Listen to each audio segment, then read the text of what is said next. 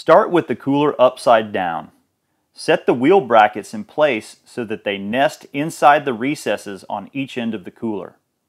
Loop the long strap through the slots in the wheel brackets and through the cam buckle, avoiding twists. Pull it tight, not letting it slip, keeping the cam buckle close to the wheel bracket. Tuck the end of the strap back through the slot in the wheel bracket and then under itself. Now you can cut the excess strap and melt the end to prevent fraying.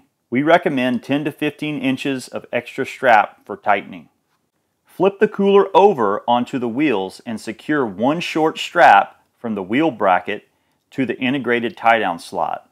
On the other side, pull down the knots of the rope handle. Push the handle bracket up into the molded in handle of the cooler. Drop the strap through the integrated tie-down slot. Pull down the rope handle, secure the final short strap, and you're ready to roll.